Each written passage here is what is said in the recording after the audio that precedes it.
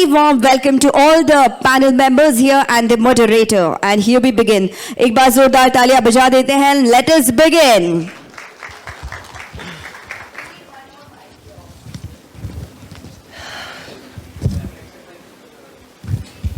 Hello.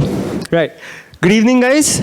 It's so great to finally have you guys here. It's been a long time coming, and we're so happy that you're here. So the way we're planning on doing this session is we'll have a discussion about sort of a few problems that you faced in retaining your talent, and some of the solutions that have worked, some of the solutions that haven't worked. And we obviously we have a great panel here, 1,000 plus employee companies plus a solopreneur. So huge variation in that sense as well. So can we get the other mic here, please? You have the mic. Okay. Already there. All right, great. So I was specifically told not to ask this question to Mr. Ashish Gaikwad, so we'll get into that with your math marks. I think that was something that we didn't want to get into, so I think we can start out with that. Well, I was not too bad in mathematics, so just that you don't ask my marks. That's all I asked. Okay. In that case, can I ask your iteration ratio? Is that something that's not something we can ask? Yeah, sure. Go ahead. Right.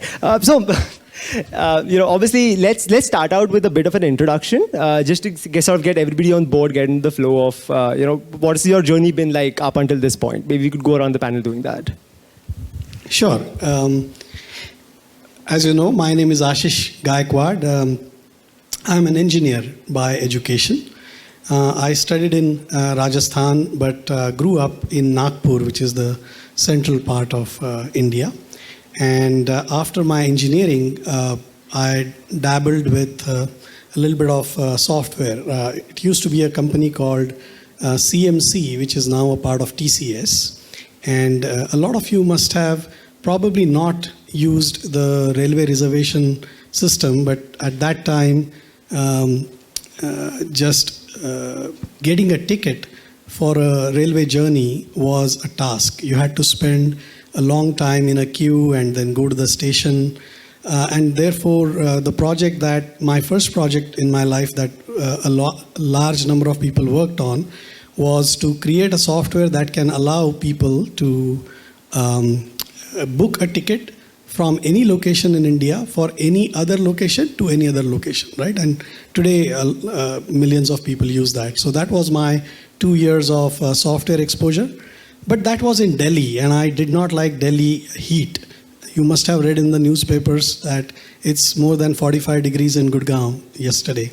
And so I wanted to come to a nice place, and Pune was that place for me. So I was looking for a change, and I joined that time what was called as Tata Honeywell, which was a joint venture. And I joined as a junior engineer that time, and one thing led to the other. And currently my responsibility is to look after this business in India, right? So that's a quick journey that I undertook. Right. Thank you, sir. Thank you. Dr. Mukta, if you could continue. Yeah, hi, I'm Mukta Kamplikar, and I think the reason why Ganesh invited me for this session is because in about 21 years of my career with the corporates, I couldn't be retained by the 7 companies that I worked for. And then I started my own company called Mukta, fairly narcissistic as it may sound. It is about liberating human potential, which I believe is like filled inside, and so that's what I do.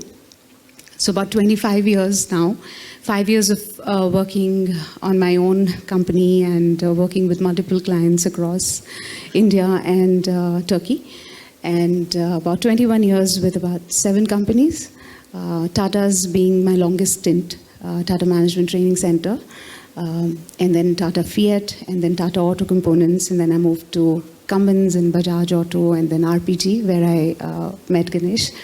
And we did a lot of fascinating and interesting work together.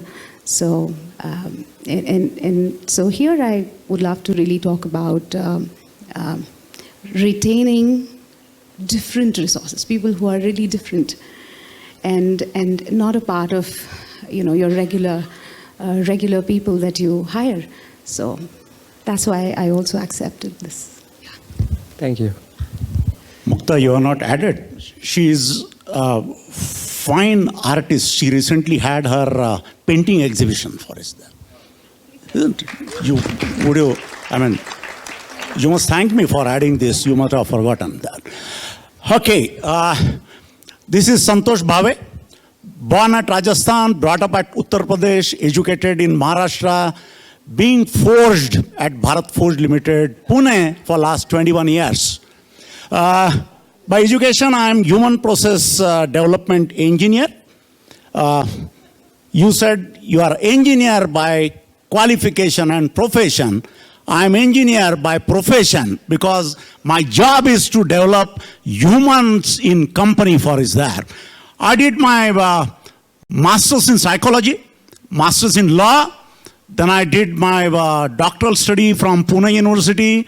Now I'm working with Bharat Forge Limited for last about 21 years.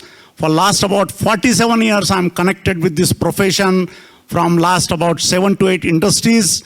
PhD guide with Pune University. About 7 students, they got doctoral degree under my supervision for is that. Thank you very much. Nice to be here for it. Right, thank you so much. Thank you. Great introductions. Mr. Ashish, if I could continue with you, sort of to create a foundation around what we're trying to get into here. The first sort of question I would like to ask is, since we have HR plus management over here, to create a bit of a controversy, maybe I want to ask: is retention the job from an HR perspective or from a leadership perspective? What do you think? Well, it's an interesting question. I think in the previous sessions also, when I was listening, there was one thing which was very strongly mentioned, and that theme cuts across, which is the very purpose why anybody would like to work, right? And so if somehow an individual's aspirations and an individual's goals in life, other than just the salary, because if somebody is there only to collect a paycheck at the end of the month, then anything and everything is the same. But if other than that the higher goals they match, then the retention is absolutely possible. It just happens naturally and not by force.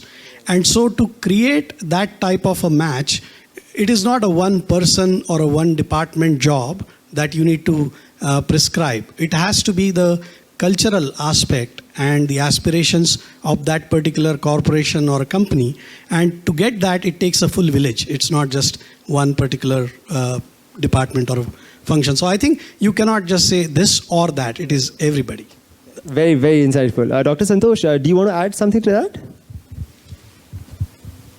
I appreciate, because first gentleman is Ashish, then it has to come alphabet B, Bhave. Okay. And that is why you have selected me as a second. Thank you very much.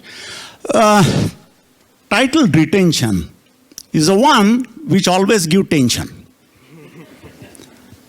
Whether it is a business manager or HR manager or whatever level you are working for is there. Now question is, if you say plain as a dictionary meaning of retention means the duration of employee who is aligned physically with the organization. But for me, I look it from differently. Probably its opposite is attrition. That's what's that percentage you have in your organization for attrition. But I would think from otherwise for is there. Employee may be there in your organization for a certain number of years. Yes, numerical number, yes. Whether psychologically has he been retained in your organization, to my thinking, it's very, very important thing.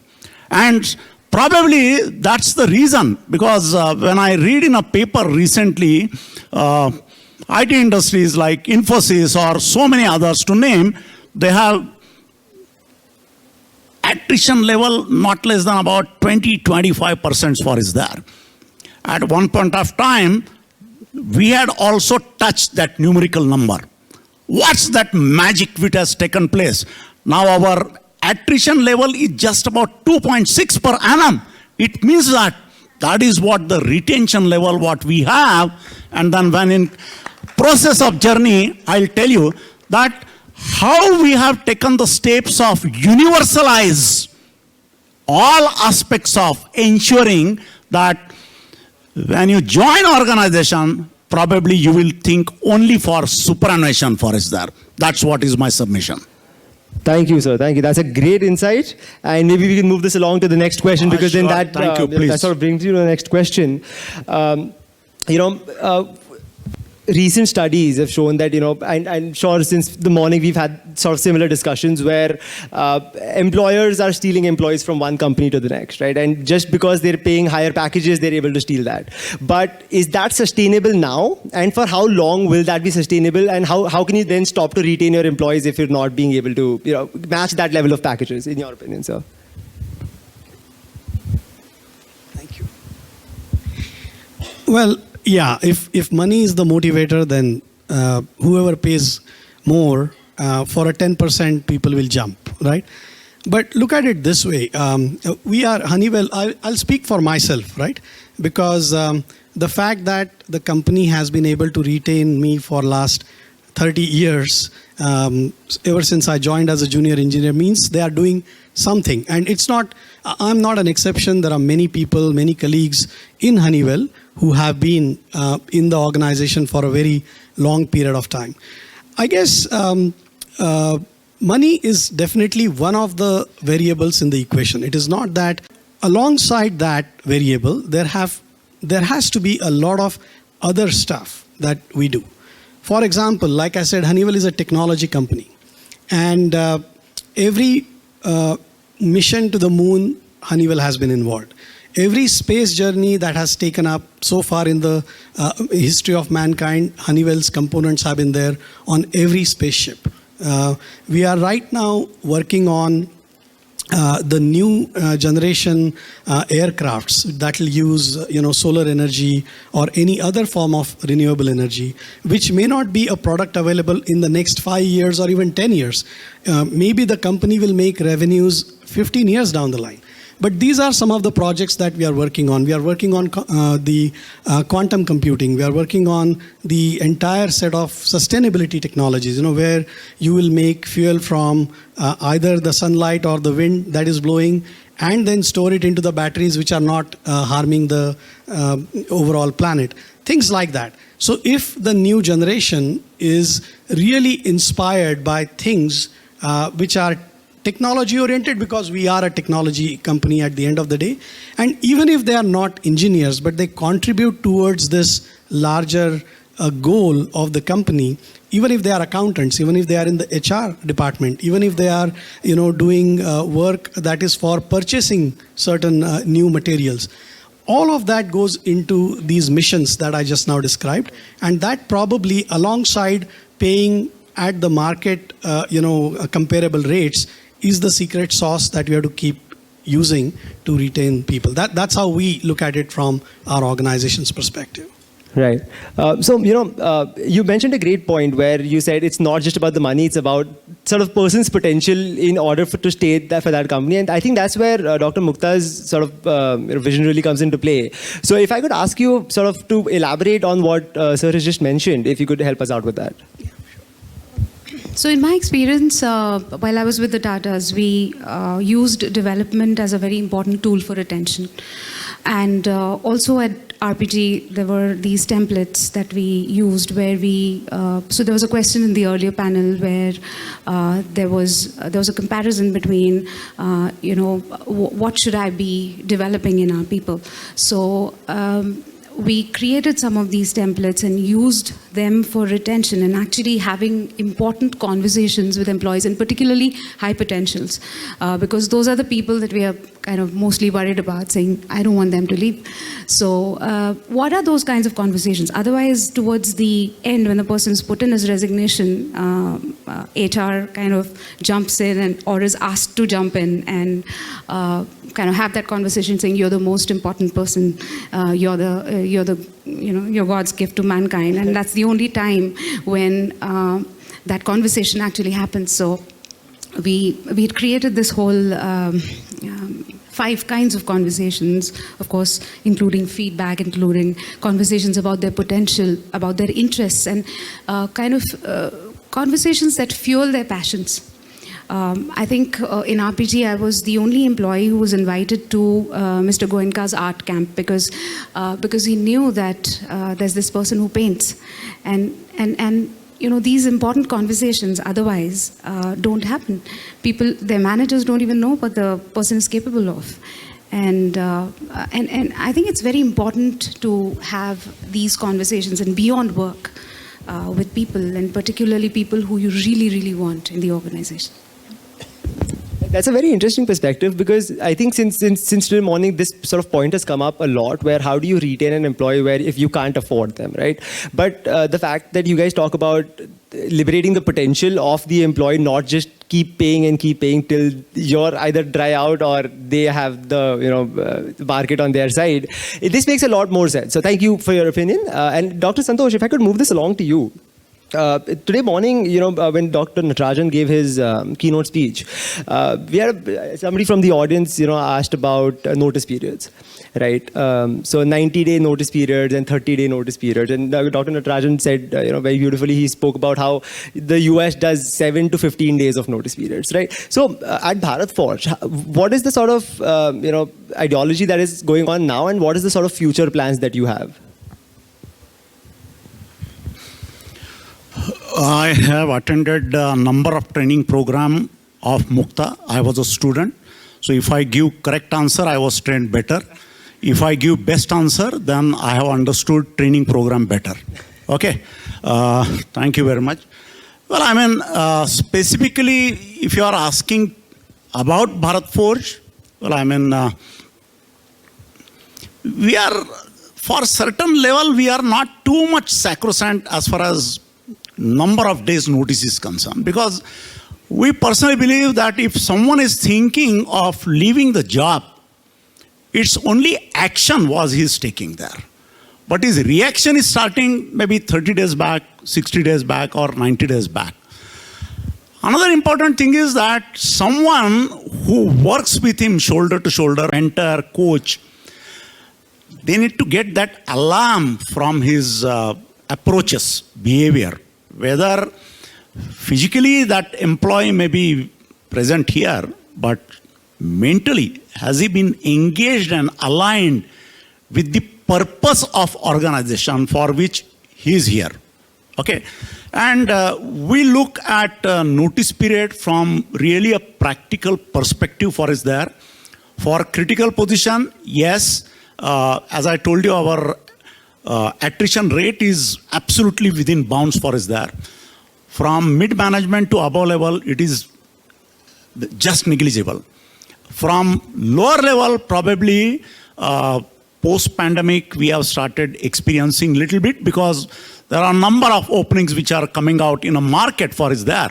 And then as I made reference in my, while giving introduction for us there, the name itself in our company is forging. We don't forge metal, but then we forge mind of individuals also there. And forging of mind in such a way that when he joined our organization as a pin, he gets dispatched as a piano. Okay, so that is how the approach of any organization has to be.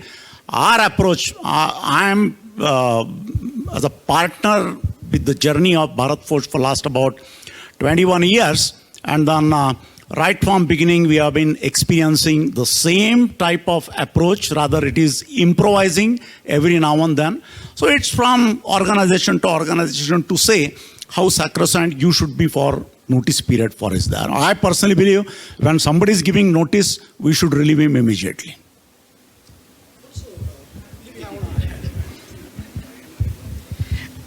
I think even the hiring organization sometimes becomes very desperate, and they say, "Arey yaar, iska notice period kharid lo," right?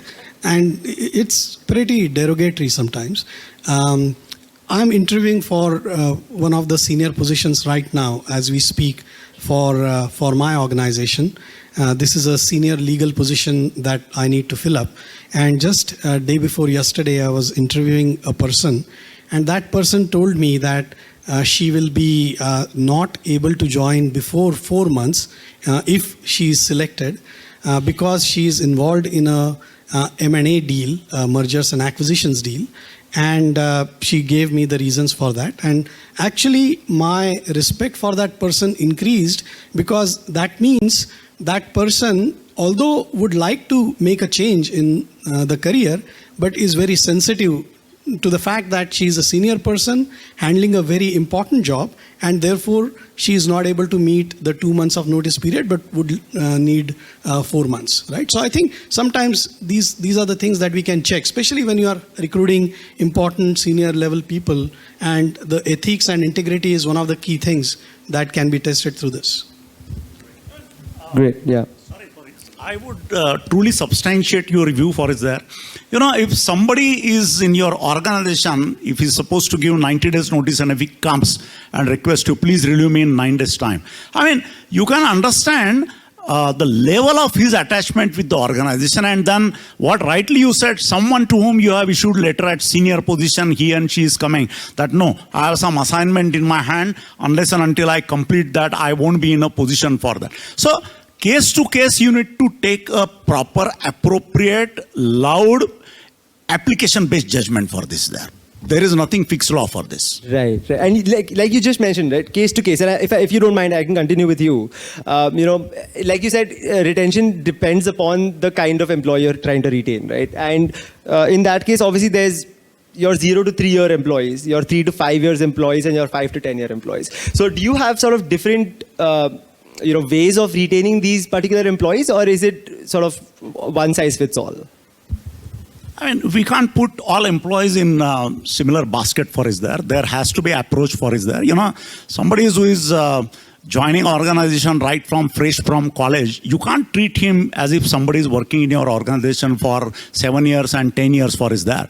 A company like, since you asked specifically for Bharat Post, company like us, where we employ about 10,000, 11,000 guys at one place for is there.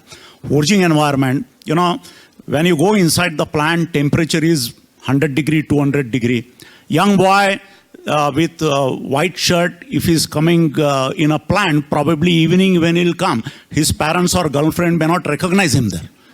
Okay, so in that case, one need to understand what is that attachment of employee to your organization. Accordingly, you need to penetrate. What should be your approach for is there? Coaching, mentoring, handholding, all these aspects play a very, very important role in this there. And then if I start treating employee who is fresh from institute like an employee who has worked with our company for about 10 years, 12 years time, it may not be possible. It's just not possible, and we don't do like that there. Very interesting, very interesting. Dr. Mukta, if I could get your 2 cents, this is one of the questions that the audience has specifically requested we ask you. In a perspective, from the liberating potential point of view. So in the case, for example, if you have somebody working in your sales team who's been with you for about, and a leadership position has recently opened up. You as an HR leader or an HR manager, should you promote your in-house talent, or should you now get talent from outside and fill up that position? So in my experience, what most organizations do is they try and get internal talent as far as possible. But then, of course, depends on merit. So if you have, if I were the manager, I would look at merit as one of the most important criteria for doing something like this. Although I wanted to add to the previous question, and I'm very passionate about that, so I take it back there. I think just turn the mic a little bit.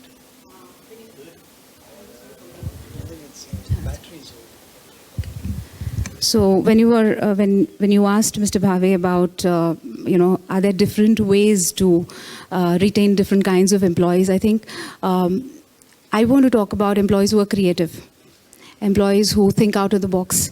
And when you look at organizations, the competitive edge that you get is out of these people, and they are kind of far and few in the organization.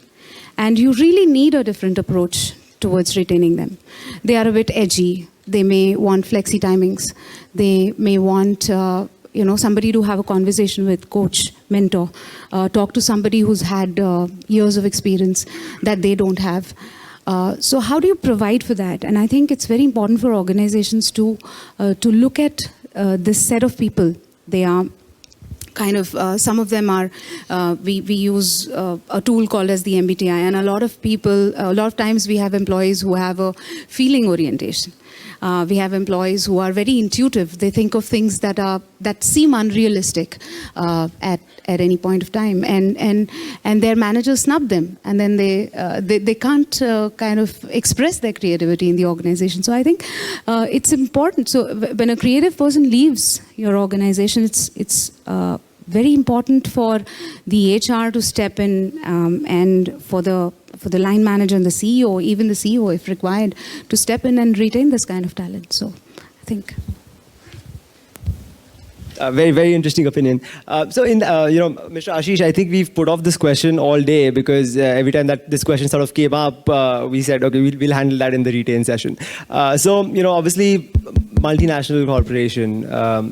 Obviously, you faced problems with the Great Resignation, and just want to take your sort of opinion on how you've up until now managed that, and what is the sort of future of how it's looking at the moment. Sure. There is no one or two silver bullets that I can give you. I wish we had, but there are none. I can again relate to my own journey and experience in Honeywell, right? So this company is about 115 plus year old company. There are not too many companies which are relevant even today and have stood the test of time, right? So what therefore we believe is important in an organization, at least my inside out view from Honeywell, is every decade the company itself has to reinvent itself, right? Because if we stay and therefore bask in the past glory and not sort of think of what's going to happen in the next few years or a decade, then even the employees, especially the Gen Z which comes into the organization, they will really not feel in tune with the organization. So the way we've tried to do some of these, the management of attrition is, we do offer, and of course the size matters in this case because Honeywell is a large company with multiple lines of businesses, multiple opportunities. We encourage people to really change their roles every X number of years, right? So let's say typically about 3 years, 4 years. And what happens there is you get a choice of doing something new.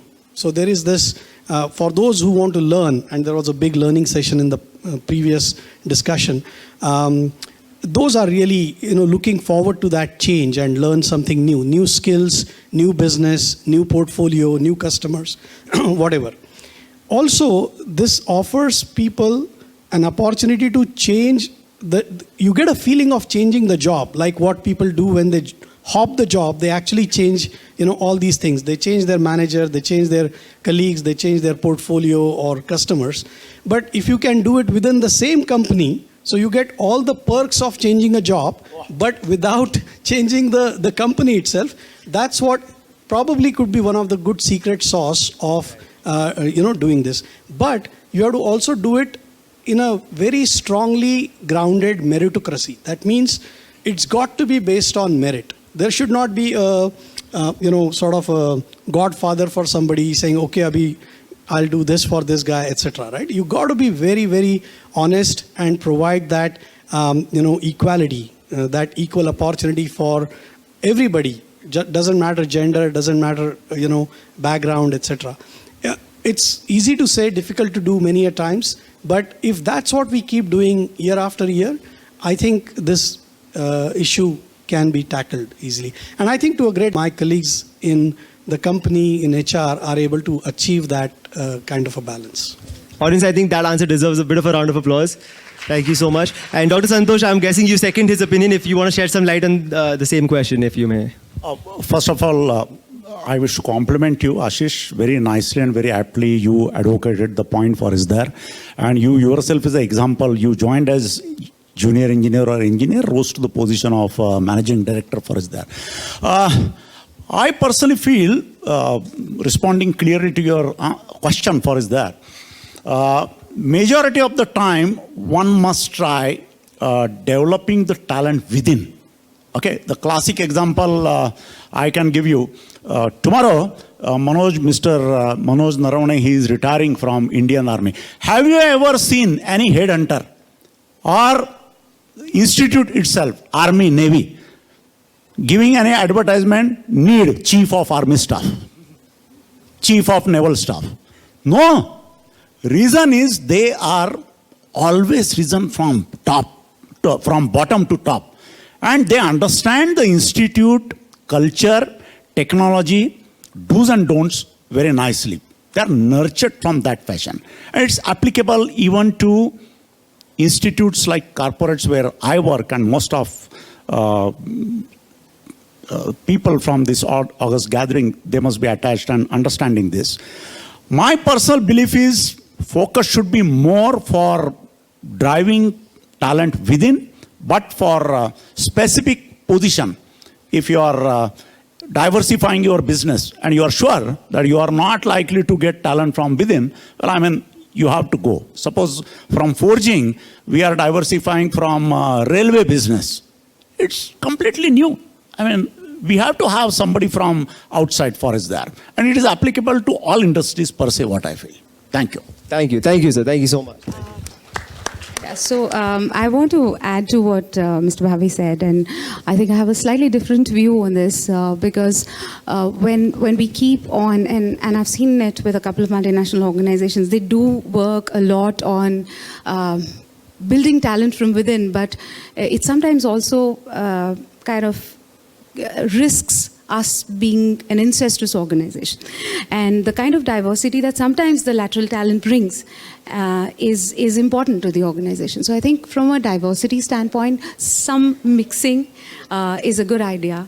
And so with all due respect to building talent from within and the costs of building talent from within, I think I'd also vouch for some lateral talent from different, and from different kinds of organizations. So if you're a manufacturing firm, you should hire from, say, a creative organization, say a service company, because you have service as a part of your business and they do service the best. So can you kind of look at that? So I think that is a very interesting opinion, if you want to add something to that. No, I would agree because, the way I look at it is some jobs, there are different categories of jobs, right? Let's say if I'm trying to hire somebody who wants to bring in a strategic marketing aspect into the organization, and we are kind of in a particular line of business getting plateaued, and therefore we need new ideas. Looking for somebody from within the organization may be a mistake. You got to get somebody from outside and totally different perspective who will shake the tree a little bit. And I think, therefore, that is a place where you got to bring someone in, let that person understand the culture of the company, understand what is being done, but also, bring that outside in view. In some jobs, like Mr. Bhave said, it's better to get somebody who is, even if that person internally is only 70% ready, whereas the person that you've interviewed for just 1 hour seems to be 90 or 100% ready. It is nice to give the chance to that 70% ready person in that role, because two things happen. One, you are really developing people and making a message to everybody that in this organization you can grow, even if you are not perfect. Second, the cultural aspect, which is very difficult for us to inject in the very short period of time that you need to get certain things done, I think that is invaluable. That is not measurable, but it is invaluable. Right. So, wow.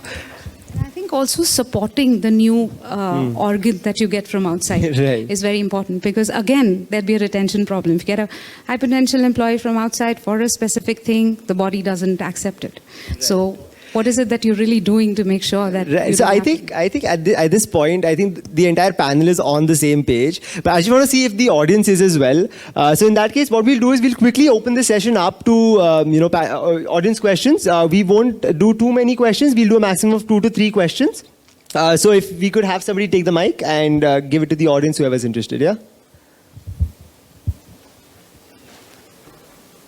You can raise your hands and you can direct the questions to any one of the panelists.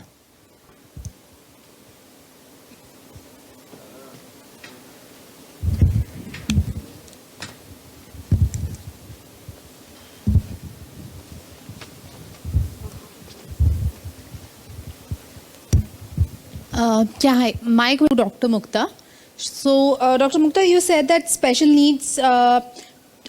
measures need to be taken while retaining creative people, right? So, wouldn't it like disturb the other employees when they see that some particular employees are, the say CEO or the line managers are taking certain extra special effort to retain some of the employees, whereas the same importance is not being given to everybody else. So. It depends on how you do it. So earlier in the panel, when Manjari was talking about the outcome I want to talk about the process. What's equally important is the process, the how of things, the way you do some of these things, and how important is this kind of talent for you. So you have to take that balanced call, and it's not as if everybody is going out in the open and pouncing on that employee and others are watching, but it's to be able to have these important conversations with them, understanding why, and not just getting that exit form filled. Where anyway people lie. So, I think it's about how.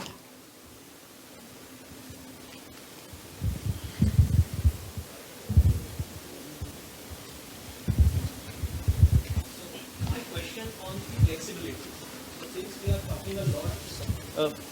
Since we are talking a lot about flexibility since morning, and now that is getting impacted on attract, motivate, retain, and develop all.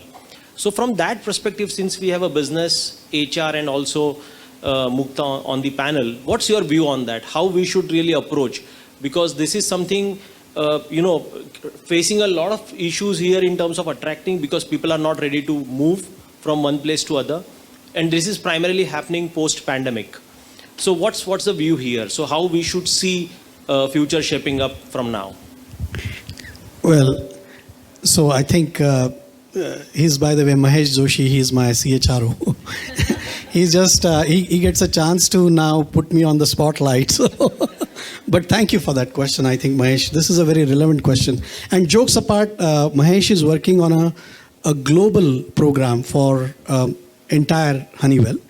We do business in more than 100 countries, and this is a problem which has emerged during the pandemic, right? Because people experience the work from home type of culture, and there are different impacts that have happened. But for a company, there are always people who are from Generation X, Gen Y, Gen Z, right? All kinds of, there is a mix. And also we are at different stages of our life, when we are professionally working in an organization. For example, if somebody is a Gen X type of employee, they will have aging parents or parents-in-law. They will need to take care of them. They have different set of problems. If you are a Gen Y type of employee, you will have young kids, school-going kids, homework, etc. So they have a separate thing to balance as far as work-life balance is concerned. If you are a Gen Z, like some of you in the room, you have a very different idea of life, right? I mean, so you will want to have a very smart balance between work and life, and which is good. So that, brings a very special value to the flexibility that we design as far as our organizations are concerned. And so you have to design them smartly such that the productivity is not lost, number one, because otherwise it's all waste, in my view. Number two, it needs to not take away the angle of collaborating and making people feel together. Because if you do everything remotely, I think we have experienced that it's not all fun, right? It feels good for the first 2 months, 3 months, but then you have a need to interact with your teams and to go back and have that robust conversation that people enjoy. So I guess flexibility is going to be the real secret sauce of the future of work, and that's what I think all companies are looking at. Just how I feel about it, Mahesh, and I'm sure you know more about it because you are thick into it right now.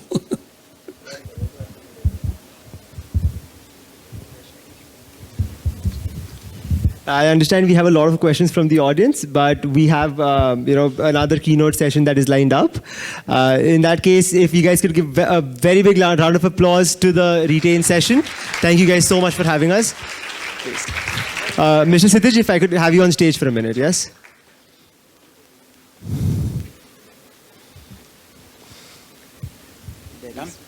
Okay. Facilitation. Thank you.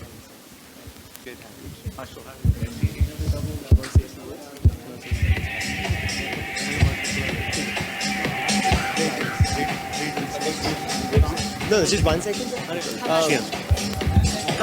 Ms. Mukta, if you could just stay up on stage for another minute. Yeah, can I please request speakers to be on the stage? Sir, you as well. Yeah.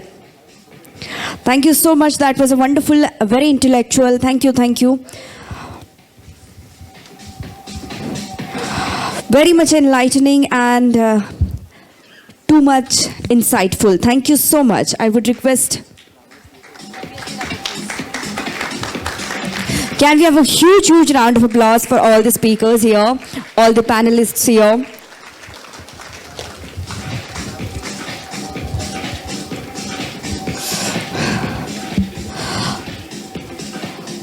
Mr. Ashish Gaikwad, Managing Director at Honeywell Automation India Limited. Thank you so much.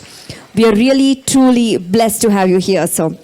Dr. Mukta Kamplikar, Founder and Chief Consultant, Mukta Liberating Human Potential. Ma'am, you're looking super gorgeous. Dr. Santosh Bhave, Director HR and IR at Bharat Forge Limited. Zordar taaliyan honi chahiye.